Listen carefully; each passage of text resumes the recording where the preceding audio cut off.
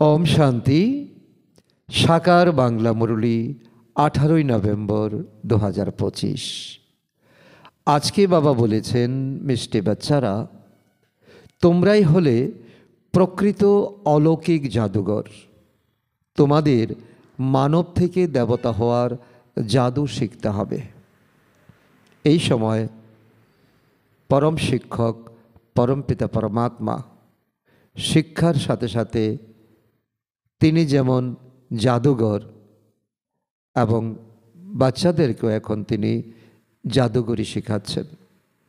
আর সর্বশ্রেষ্ঠ জাদুঘরই হলো যে এই সময় নর থেকে নারায়ণ হওয়া, মনুষ্য থেকে দেবতা হওয়া, নারী থেকে লক্ষ্মী হওয়া। দুনিয়াতে মানুষও জাদুঘরই দেখায়, দুনিয়াতে জাদুঘর আছে, কিন্তু সেটা হলো সীমিত জগতের জাদুঘর, অর্থাৎ তারা নকল জিনিসকে প্রকৃত জিনিসকে নকল করে দেখায়, অর্থাৎ যাকে হাত সাফাই বলে বা হাতের কারিগরি বলে। আর এটা মানুষ অনেক সময় কনফিউজ হয়ে যায়, আর এটা কি করে সম্ভব। তো এই সময় পিতা পরমাত্মা আমাদেরকে বলছেন, তোমরা এখন অলৌকিক প্রকৃত অলৌকিক জাদুঘর, অর্থাৎ প্রকৃত মানে এখানে নকলের কোনো রকম অস্তিত্ব নেই। অলৌকিক মানে এই লৌকিকতার ঊর্ধ্বে তোমরা অলৌকিকতা দেখাচ্ছ, যেটা মানুষ অসম্ভব মনে করে, এই অসম্ভবকে তোমরা সম্ভব করে দেখাচ্ছ, যে মানুষও দেবতা হতে পারে। প্রশ্ন, ভালো পুরুষার্থী স্টুডেন্টদের নিদর্শন কি হবে? অত্যন্ত উত্তম প্রশ্ন। যারা এখন পুরুষার্থ করছে, সেবা করছে, যারা এখন লগন দিয়ে পিতা পরমাত্মাকে স্মরণ করছে। উত্তর, তারা পাস উইথ অনার হওয়ার, অর্থাৎ বিজয় মালাতে আসার লক্ষ্য রাখবে। তাদের বুদ্ধিতে একমাত্র বাবার স্মরণেই থাকবে। দেহসহ দেহের সব সম্বন্ধ থেকে বুদ্ধিযোগ ছিন্ন করে একের সঙ্গে প্রীতি রাখবে। তো এমন পুরুষার্থী মালার দানা হবে। কারণ ভক্তরা একদিকে যেমন মালা জপ করে, একদিকে মালাকে কণ্ঠে ধারণ করে। আর এই সঙ্গম যুগে পিতা পরমাত্মা মালার অর্থ বাচ্চাদের সামনে তুলে ধরছেন। আর মালা অর্থাৎ এই সময় যারা পুরুষার্থ করে পিতা পরমাত্মাকে এক এবং অদ্বিতীয় রেখেছেন, এবং মায়ার সঙ্গে চ্যালেঞ্জ করে যে মায়াকে জিত করেছেন, বিজয়ী হয়েছেন। আর সেই আত্মারাই সম্মানের সঙ্গে পাশ করে, আর তাদের বুদ্ধিতে থাকবে এক টিচার, এক শিক্ষক, এক পিতা, এক সদ্গুরু। আর তাদের এই বলিদান, তাদের এই সমর্পণ বর্তমান সময়ে বাবা বলছি কি শ্রেষ্ঠ পুরুষার্থীর লক্ষণ। তো শ্রেষ্ঠ পুরুষার্থীর লক্ষণ অর্থাৎ স্টুডেন্টদের লক্ষণ, এটাই আগামী দিনে আমরা বিজয়মালার দানা হব। আর ভক্তদের হাতে হাতে আর ভক্তদের গলাতে আমাদের স্মরণিকা হবে। আর প্রথমে হেডলাইনে বাবা বলেছেন যে আমরা প্রকৃত অলৌকিক জাদুঘর। আর এই সময় নিজের প্রকৃত অলৌকিকতা নিজের মধ্যে তৈরি করলে তবেই মানুষকে আমরা বোঝাতে পারবো, দেখাতে পারবো। ওম শান্তি। আত্মাদের পিতা তার আত্মারূপী বাচ্চাদের বসে বোঝান, তোমরা আত্মারূপী বাচ্চারা এখন জাদুকরিনী হয়ে গেছো। কারণ এখন যারা ভাইয়েরা জাদুঘর, আর যারা মাতারা আর কন্যারা আছে তারা হলো জাদুকরিনী। তাই বাবাকে জাদুঘর বলা হয়। বাবা জাদুঘর, তবেই আমাদেরকে জাদুঘরনী বানিয়েছেন। এমন কোনো জাদুঘর দুনিয়াতে হবে না যে মানুষকে দেবতা বানাতে পারে। মানুষ অনেক সময় হাতের সাফাই দেখিয়ে, হাতের তো কারুকার্য দেখিয়ে তো অনেক কিছু, রুমালকে পাখি বানাতে পারে এবং তো একটা ছোট্ট জিনিস দিয়ে একটা খাবার জিনিস তৈরি করতে পারে। তো এটা আসলে তার হাতের সাফাই।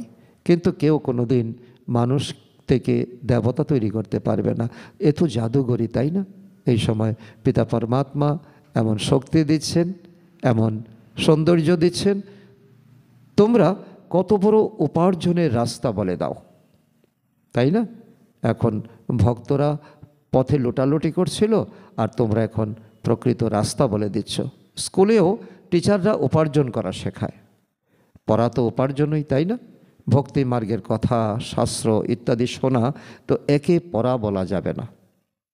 তো লৌকিক স্কুলে যারা পড়াশোনা করে তো এটাও বাবা বলছে কি উপার্জন, কারণ সে শিক্ষা গ্রহণ করে তো এমন একটা দক্ষতা অর্জন করবে তার দ্বারা সে সংসার চালাতে পারবে। কিন্তু ভক্তিতে শাস্ত্র পাঠ করে বা শাস্ত্র জ্ঞান শুনে তো এতে কোনো রকম উপার্জন হয় না। তো বাবা বলছে কি, তো এটা কোনো আমদানি হয় না, এতে কোনো আমদানি নেই, কেবল পয়সাই খরচ হয়।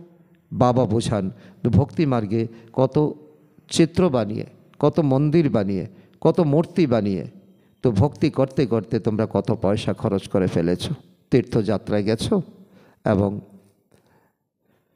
অনেক তীর্থ করেছো, পয়সা খরচ করেছো।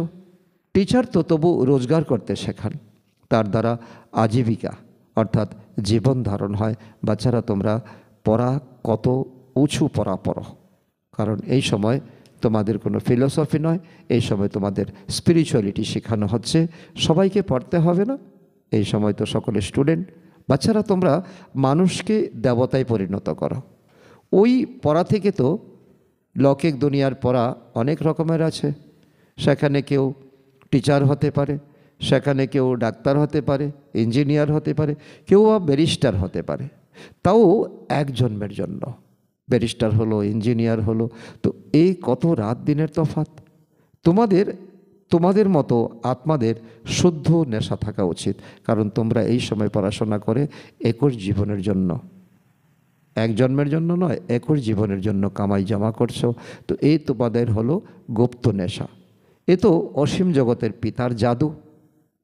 তো এ কত আধ্যাত্মিক জাদু।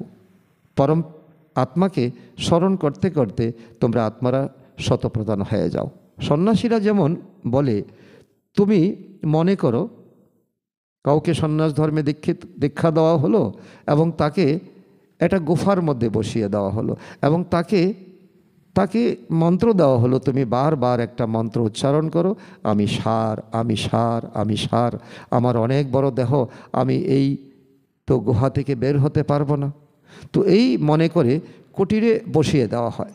তো সেও বলে আমি সার, আমি সার, কুটির থেকে কীভাবে বাইরে আসব, আমার তো শরীর অনেক বড় হয়ে গেছে। তো বাবা এখন বলছেন তোমরা পবিত্র আত্মা ছিলে, এখন অপবিত্র হয়ে গেছো। তো সন্ন্যাসীরা যে সমান দেয় যে আমি সার, তার মধ্যে রিয়েলিটি থাকে না, কারণ মানুষ কখনো সার হতে পারে কি?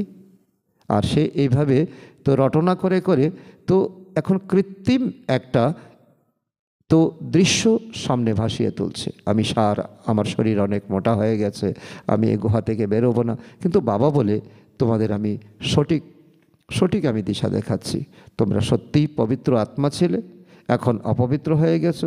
তো এটা তো কোনো ভ্রান্ত ধারণা নয়, অপ্রাকৃত নয়।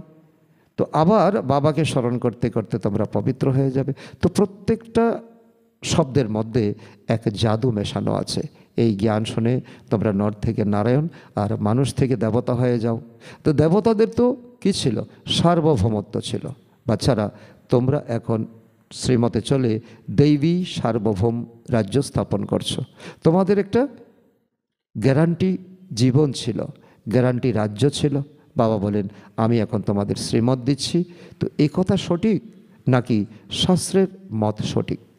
তোমরা বিচার করো। তো আমাদের সকলের ভাবতে হবে, বিচার মন্থন করতে হবে। তো আসলে আমি যদি বুঝতে পারি, আমি যাকে বোঝাই সেও বুঝতে পারবে। কারণ এখন পিতা পরমাত্মা আমাদের জীবনের যে অঙ্ক মেলানোর জন্য যে সূত্র আমাদেরকে দিচ্ছেন সেটা সঠিক না শাস্ত্রে আমরা যা শুনেছি পড়াশোনা করে এসেছি সেটা সঠিক। গীতা হলো সর্বশাস্ত্র শিরোমণি, শ্রীমদ্ ভাগবত গীতা। তো এই গীতা তো বিশেষ করে লেখা হয়েছে। এখন ভগবান কাকে বলা হবে? সবাই অবশ্য বলবে নিরাকার শিব, কারণ বেদব্যাসজিও স্বীকার করে গিয়েছিলেন। তিনি ওনার শয়নকক্ষে ওয়ালের মধ্যে তিনি নিরাকারের দ্বারা দৈববাণী উচ্চারণ হওয়া কিছু শব্দ শুনছিলেন এবং কিছু বাণী লেখাকে পড়ছিলেন। কিন্তু এইভাবে তিনি গণেশজিকে দিয়ে তিনি গীতা রচনা করেন এবং তিনিও উল্লেখ করে গেছেন যে আমাকে যে গীতা জ্ঞান প্রদান করেছেন সে এক দৈব শক্তি, তিনি নিরাকার, তার কোনো মূর্তি নেই। তো এখন তো ঈশ্বর পরমাত্মা আমাদেরকে এই জ্ঞান এখন বিচার মন্থন করে নিজেদেরকে বোঝার জন্য বাবা বলছে তোমরা বুঝলে অন্যরাই বুঝবে। আমরা আত্মারা সকলে শিবের সন্তান, সকলে আমরা ভাই ভাই। তো ওই একজনই হলেন এই জগতের সংসারের পিতা। বাবা বলেন যে তোমরা সবাই হলে প্রিয়তমা, আমি তোমাদের প্রিয়তম। ওই সম্পর্ক যদি আমরা একটুকু আমাদের জীবনে ধারণ করতে পারি তাহলে আমাদের এই দেহের প্রতি, দেহের দুনিয়ার প্রতি, মানুষের প্রতি আমাদের কোনো রকম আকর্ষণ জাগবে না। আমরা তোমাকে স্মরণ করো, আমাকে তোমরা স্মরণ করো, কেননা আমি তোমাদের রাজযোগ শিখিয়েছিলাম যাতে তোমরা প্রত্যক্ষভাবে নর থেকে নারায়ণ তৈরি হও। ওরা তো বলে দেয় যে আমরা সত্যনারায়ণের কথা শুনি। কারা বলে? যারা ভক্তি চর্চা করে তারা সত্যনারায়ণের পাঁচালী বলে পরে এবং বলে আমরা সত্যনারায়ণের কথা শুনি। তো এ তো বুঝতেই পারে না। এর থেকে আমরা নর থেকে নারায়ণ তৈরি হব কখন? এই সঙ্গম যুগে, যখন আমরা এই আধ্যাত্মিক অর্থাৎ স্পিরিচুয়াল নলেজ আমরা প্রাপ্ত করি, জীবনে ধারণ করি। বাবা তোমাদের মতো আত্মাদের জ্ঞানের তৃতীয় নেত্র প্রদান করেন যাতে আত্মারা সকল কিছু জেনে যায়। শরীর ছাড়া তো আত্মা কথা বলতে পারে না। আত্মাদের থাকার জায়গাকে এক নির্দিষ্ট জায়গা আছে যাকে নির্বাণ ধাম বলা হয়। বাচ্চারা তোমাদের এখন শান্তিধাম আর শোকধামকে স্মরণ করতে হবে। তোমাদের এক চোখে শান্তিধাম, এক চোখে শোকধাম। তো এই ধোকধাম থেকে তো বুদ্ধি তুলে নিতে হবে, তো ভুলে যেতে হবে। আত্মা এখন এই জ্ঞান পেয়েছে না তো ঠিক কি আর ভুল কি, কারণ আত্মা এখন তার বুদ্ধি দ্বারা তো বিচার করতে শিখেছে ভুল কোনটা।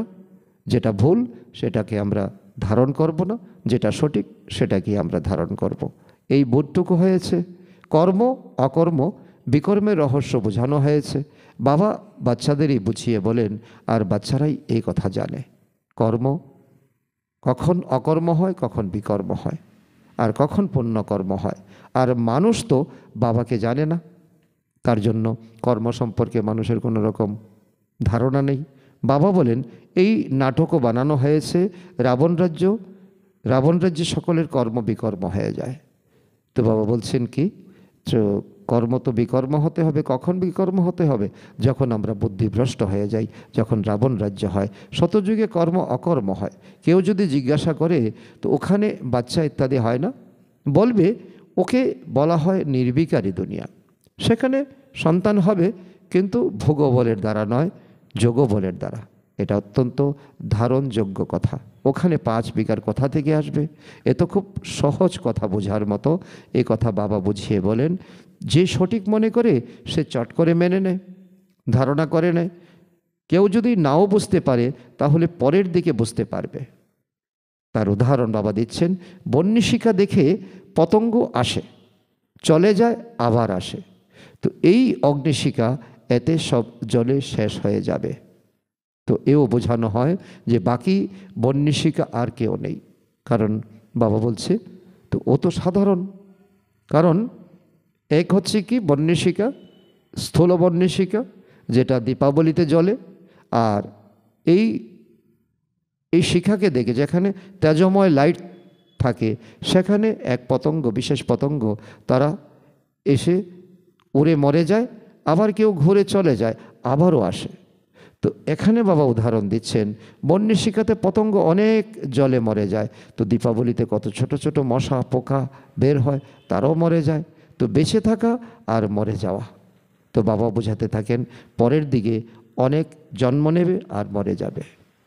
তো এই জ্ঞানের কথা বাবা বলছেন যে এখানেও তো বন্যশিখাকে পিতা পরমাত্মা, ইনি এক বন্যশিখা, তো যার প্রতি এখন আত্মারূপী পতঙ্গরা এখন আত্মারা যদি পুরোপুরি সমর্পণ হয়ে যায়, তো এটাই হলো মরা। আর মরা মানে কি? সমর্পণ মানে এই শরীরের মৃত্যু নয়, এটা হলো মানসিকতা, বিচার বিবেচনা। তো এটা হলো আমি এখন ব্রাহ্মণ ধর্মকে বুঝেছি, ব্রাহ্মণ জন্মকে বুঝেছি, তো এই হলো, আর এই শরীরে আমি বেঁচে আছি নতুন জ্ঞান নিয়ে। তো বাবা বলছে অন্তিম সময়ে তো এই জ্ঞান অনেকে প্রাপ্ত করবে, আবার মরেও যাবে, আবার নতুন করে অনেকে প্রাপ্ত করবে। তো সে তো যেন মশার মতো, তার উদাহরণ বাবা দিচ্ছেন যে মশার মতো হয়ে গেল। বাবা যখন উত্তরাধিকারী দিতে এসেছেন তখন পুরুষার্থ করে কি করতে হবে? পাস উইথ অনার হতে হবে। তো এই হলো এই সময় আমাদের জন্য শিক্ষা। ভালো ছাত্ররা খুব পুরুষার্থ করে, এই মালাও পাস উইথ অনার্সদের হয়। তোমরা যতটা সম্ভব পুরুষার্থ করতে থাকো। তো এই জন্য বলা হয় বিনাশকালে বিপরীত বুদ্ধি, কারণ বিনাশ সময় তো সামনে এসেছে। যারা এখন পিতা পরমাত্মাকে বুঝবে না, তারা অপোজিট তারা দিককে নির্বাচন করবে। এর উপর তোমরা বোঝাতে পারো বিনাশকালে বিপরীত বুদ্ধি, এটাও একটা সুন্দর টপিক। বাবার সঙ্গে আমাদের প্রীত বুদ্ধির সম্পর্ক। তো প্রীত বুদ্ধি কাকে বলে? তো এক প্রিয়তম তিনি, আমরা সবাই প্রিয়তমা। তো এই সম্পর্ককে বুঝে নেওয়া, তো এটা হলো প্রীত বুদ্ধির সম্পর্ক। এক বাবাকে ছাড়া আমরা আর কাউকে স্মরণ করি না, দুনিয়াতে যতই আকর্ষণ থাকুক না কেন। বাবা বলেন যে বাচ্চারা দেহসহ দেহের সব সম্বন্ধকে ভুলে গিয়ে মামে কম স্মরণ করো। এই আমাদের জন্য অত্যন্ত এক চৌম্বকীয় আকর্ষণ। ভক্তিমার্গে তোমরা অনেক স্মরণ করে এসেছো না জেনে। হে দুঃখহর্তা, হে সুখহর্তা, দীননাথ, কৃপাসিন্ধু। তাহলে বাবা অবশ্যই সুখ দান করেন, তাই না? স্বর্গকে বলা হয় সুখধাম। বাবা বোঝান যে আমি তোমাদের পবিত্র বানাতে এসেছি। বাচ্চারা যে কাম চিতাতে বসে ভস্ম হয়ে গেছে, আমি তাদের উপর এসে জ্ঞান বর্ষণ করি। কারণ তো সূক্ষ্ম দিনে প্রখর তাপে যখন মাঠের ঘাস শুকিয়ে যায়, কোনো রকম সবুজ কিছুই থাকে না, তারপর যখন বর্ষাকাল শুরু হয় তখন ধীরে ধীরে সবুজ বনানী দেখা যায়। ঠিক তেমন বাবা বলছে এই তোমাদের উপর আমি এই জ্ঞান বর্ষা করি, অর্থাৎ এই তোমাদের জীবন প্রায় মৃতবৎ হয়ে গিয়েছিল, আমি এই জ্ঞান বর্ষা করাতে তোমরা আবার জীবিত হয়ে গেছো। বাচ্চারা আমি তোমাদের যোগ শিখাই। বাবাকে স্মরণ করলে তোমাদের বিকর্ম বিনাশ হবে, আর তোমরা কি হবে? পরিস্থানের মালিক হয়ে যাবে, স্বর্গ দুনিয়ার মালিক হবে। তোমরাই তো জাদুঘর, তাই না? বাচ্চাদের এই প্রকৃত নেশা থাকা চাই যে এই আমাদের প্রকৃত জাদুঘরই নিজের জীবন দিয়ে দেখাতে হবে যে আমি পরিবর্তন হয়ে এখন মানুষ থেকে দেবতা হতে চলছি। স্টেপ বাই স্টেপ আমার তো এগিয়ে যাওয়ার জীবন সকলকে বোঝাতে হবে। কোনো জাদুঘর খুব হুঁশিয়ার হয়, কী জিনিস বের করে দেখায়। তো হাতে একটা তো ছোট্ট একটা পেন্সিলকে দিয়ে একটা পাখি তৈরি করে দিল, তো আরেকটা জিনিস দিয়ে একটা কলম দিয়ে তো একটা খাবার জিনিস তৈরি করে দিল। তো এই জাদুঘরি তো আবার তোমাদের অলৌকিক, অর্থাৎ এক শিব বাবা ছাড়া আর কেউ শেখাতে পারে না। কারণ সেখানে এই স্টেজে যে জাদুঘরি দেখানো হয় সেটা হলো সসীম জগতের, এই জগতের স্থূল জগতের জাদুঘরি আর মিথ্যা জাদুঘরি, হাত সাফাই। আর এখানে বাবা বলছে কি তোমাদের প্রকৃত অলৌকিক জাদুঘরি যা পিতা পরমাত্মা শেখাচ্ছেন, তাতে ভুলের বা নকলের কোনো রকম অস্তিত্ব নেই। তোমরা জানো যে আমরা মানুষ থেকে দেবতা তৈরি হচ্ছি, এখানে তো মিথ্যার কিছু নেই। এই শিক্ষাই হলো নতুন দুনিয়ার জন্য। তো ওই যুগকে সত্যযুগের নতুন পৃথিবী বলা হয়। তোমরা এখন সঙ্গম যুগে আছো, তাই না? এই সঙ্গম পুরুষোত্তম সঙ্গম যুগের কথা দুনিয়াতে কেউ জানে না। তোমরা কত উত্তম পুরুষ তৈরি হও, বাবা আত্মাদের বুঝিয়ে বলেন, তোমরা ব্রাহ্মণীরা যখন ক্লাসে বসো, তোমাদের কাজ হলো প্রথমেই সাবধান করে দেওয়া। ক্লাসে যারা বিদ্যার্থী আছে তাদের উদ্দেশ্যে বলা, ভাই বোনেরা নিজেদের আত্মা মনে করে বসো, কারণ এটা কোনো সাধারণ সভা নয়, এটা হলো ইন্দ্র সভা। আমরা আত্মারা এই অর্গানস দ্বারা শুনি। বাবা এই 84 জন্মের রহস্য বুঝিয়ে বলেছেন, কোন সেই মানব যিনি 84 জন্ম গ্রহণ করেন। এটা আমাদের কাছে অনেক বড় একটা উদাহরণ। ব্রহ্মা বাবা আমাদের কাছে একটা উদাহরণ। ওনার কদমে কদম রেখে আমরাও এগিয়ে যাব। সবাই তো এত জন্মগ্রহণ করবে না, তো এই বিষয়ে কেউ চিন্তাই করে না, কারণ জীবনের শ্রেষ্ঠ লক্ষ্য কি? যা শুনবে দুনিয়ার মানুষ ভক্তি করে আর সত্য বলে দেবে। হনুমানের পুত্র পবন পুত্র বলে হ্যাঁ এটাও সত্য, তারপর অন্যদেরও এমন কথা শোনাতে থাকে আর সত্য সত্য বলতে থাকে। তো মিথ্যা শব্দটা তো সত্য করে এমনভাবে প্রকাশ করবে যে সকলেই বলবে হ্যাঁ এটা সত্য, এটা সত্য। তো বাচ্চারা, তোমরা এখন ঠিক আর ভুলকে বোঝার জ্ঞান চক্ষু পেয়েছ, তাই তোমাদের সঠিক কর্ম করতে হবে। তোমরা এও বোঝাও যে আমরা অসীম জগতের পিতার থেকে কী নিচ্ছি? উত্তরাধিকার নিচ্ছি, আমাদের জন্মসিদ্ধ অধিকার। তোমরা সকলেই পুরুষার্থ করছো। ওই বাবা হলেন সমস্ত আত্মাদের পিতা, তোমাদের অর্থাৎ আত্মাদের বাবা। এখন বলেন, এখন তোমরা আমাকে স্মরণ করো, তোমরা নিজেকে আত্মা মনে করো। আমি তোমাদের কোনো কঠিন পরিশ্রম কাজ করার জন্য বলছি না। আত্মার মধ্যেই সংস্কার ভরা থাকে, এই সংস্কারই আত্মা নিয়ে যায়। তাই কি হয়, এই দুনিয়াতে আমরা প্র্যাকটিক্যাল উদাহরণ দেখি। তাই অনেকের ছোটোবেলায় তো অনেক নাম হয়ে যায়, তখন মনে করা হয় তো এই আগের জন্মে অনেক শ্রেষ্ঠ কর্ম করেছে। কেউ যদি কলেজ ইত্যাদি তৈরি করে, তাহলে পরের জন্মে ভালো শিক্ষা অর্জন করে, শিক্ষা পায়। অনেকে আশ্চর্য হয়ে যায়, তো এত ব্রিলিয়েন্ট স্টুডেন্ট সে কী করে হলো? আরে এটা তো সংস্কার, এ তো কর্মের হিসাব নিকাশ, তাই না? শতযুগে বিকর্মের কথাই থাকবে না। কর্ম তো সেখানে অবশ্যই করবে, কিন্তু কর্ম হবে অকর্ম। রাজত্ব করবে, খাওয়া দাওয়া করবে, কিন্তু কোনো উল্টো কর্ম করবে না, উল্টো কর্ম হবে না। তাকে বলা হয় রামরাজ্য, আর এখানে হলো রাবণ রাজ্য। যতই তুমি সচেতন হয়ে কর্ম করতে চাও, তোমার কর্ম বিকর্ম হবেই। তো এখন তোমরা শ্রীমতে চলে রামরাজ্য স্থাপন করছো, এ হলো নতুন দুনিয়া। পুরাতন দুনিয়াতে দেবতাদের ছায়া পড়ে না। লক্ষ্মীর জড়চিত্র নিয়ে রাখো তো ছায়া পড়বে, চৈতন্যের পড়তে পারে না। তো বাবা এ কথাই বলছে, যখন আমরা এখন বিকর্মে জর্জরিত হয়ে গেছি, যখন আমাদের পাপের বোঝা এত ভারী হয়ে গেছে, তো এর দায়িত্ব কেউ নিতে চাইছে না, কেউ নিতে পারে না। কারণ চৈতন্য দেবী দেবতাদের ছায়াও পড়বে না এখানে। তার মানে এ দায়িত্ব নিচ্ছেন নিরাকার পরমপিতা পরমাত্মা। বাচ্চারা, তোমরা জানো যে সকলেই পুনর্জন্ম সকলকে নিতে হবে। কুয়ো থেকে জল তোলার এক বিধি হয় না, কপি কল ঘুরতেই থাকে। তোমাদেরও এই চক্র ঘুরতেই থাকে, সত্য ত্রেতা দ্রাপর কলি। তো এর উপর দৃষ্টান্ত দিয়ে বোঝানো হয়, বোঝাতে হবে। পবিত্রতা তো সব থেকে ভালো। কুমারী পবিত্র হয়, তাই সকলেই তার চরণ স্পর্শ করে। তোমরা হলে প্রজাপিতা ব্রহ্মা কুমার কুমারী, বেশিরভাগ কুমারী, তাই তোমাদের মহিমা আছে। কুমারীর দ্বারা পান মারবে, অর্থাৎ ভীষ্ম পিতামহর মতো মহারথীদেরকে কারা জব্দ করবে? কুমারীরা। তো এই হলো জ্ঞানবান। তোমরা বসে ভালোবেসে বোঝাও, 10 মিনিট 15 মিনিট তোমাদেরকে সময় দিলে যথেষ্ট। বাবা বলেন, তো বাবা বলেন আমি হলাম একমাত্র সদ্গুরু। তো তিনি হলেন একমাত্র সদ্গতিদাতা। ভগবান উবাচ মন্মনা ভব। এ তো মন্ত্র, তাই না? এতেই তো পরিশ্রম। তোমরা নিজেকে আত্মা মনে করে তো বাবাকে স্মরণ করো। তো এ হলো গুপ্ত পরিশ্রম। আত্মাই তমপ্রধান হয়ে গেছে, আবার শতপ্রধান হতে হবে। বাবা বুঝিয়েছেন যে আত্মা আর পরমাত্মা বহুকাল আলাদা রয়েছে। যে প্রথমে আলাদা হয়েছে সে প্রথমে মিলিত হবে।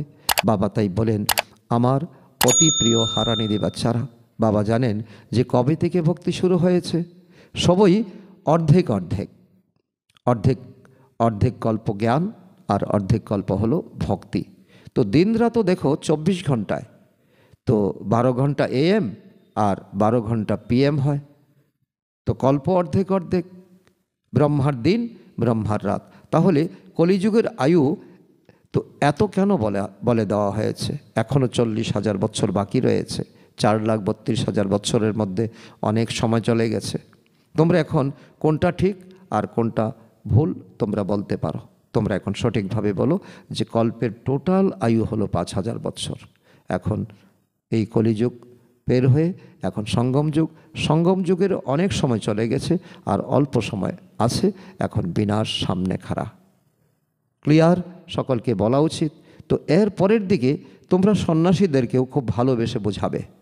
তোমাদের ফর্ম তো তারা পূর্ণ করবে না, কারণ তাদের একটা কি থাকবে? অহমিকা থাকবে। তারা কলমও ধরবে না। তাদের ধারণা থাকবে আমরা কম জানি না, আমরা অনেক কিছু জানি। মা বাবার নামও লিখবে না। কেউ কেউ আবার বলে, বাবা জিজ্ঞাসা করেন কোনো সন্ন্যাসীকে, বাবা বলেন যে কেন সন্ন্যাস গ্রহণ করেছ? তো কারণ বলো। তো অনেকে উত্তর বলে, তো বিকারের জন্য সন্ন্যাস গ্রহণ করেছি। তাহলে ঘরেরও কি সন্ন্যাস করতে হয়?